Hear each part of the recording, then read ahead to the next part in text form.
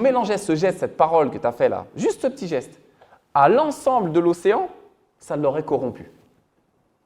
Juste, imaginez-nous, on passe notre temps à ça, à se moquer des gens, à médire, à calomnier. Elle a juste fait ça, le prophète sallallahu alayhi wa sallam, il l'a condamné.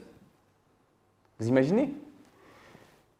Et malheureusement, là je vais contextualiser, on est beaucoup touché aussi par la médisance et la calomnie à cause de ce qu'on appelle en islam su'u-dhann, la mauvaise présomption. Normalement, quand tu vois ton frère, quand je dis ton frère, ça inclut ta sœur, on parle en islam. Quand tu vois ton frère, ta sœur, le principe de base que tu dois avoir, c'est husnul dhann, la bonne pensée, la bonne opinion de ton frère. Il a dit quelque chose, peut-être de pas bien, il a fait quelque chose.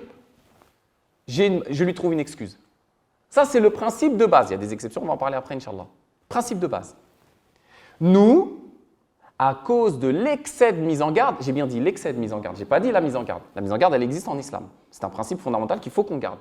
Mais à cause de l'excès de mise en garde, on a inversé le principe de base, qui est normalement husnul dhann, la bonne opinion, on l'a transformé en mauvaise opinion.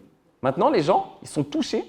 Dès qu'ils voient quelqu'un qui parle, mauvaise opinion. C'est qui, pourquoi, comment, non, je me méfie, etc. Pourquoi tu te méfies? De base, c'est quelqu'un de bien. Sauf si effectivement, il y a quelque chose de prouvé contre lui. Mais de base, c'est husnul dhann.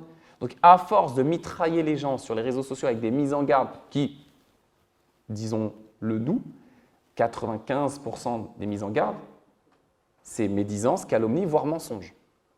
On le sait. Calomnie, médisance, mensonge, des fois les trois en même temps. Et dans certains cas, c'est nécessaire, il faut le faire.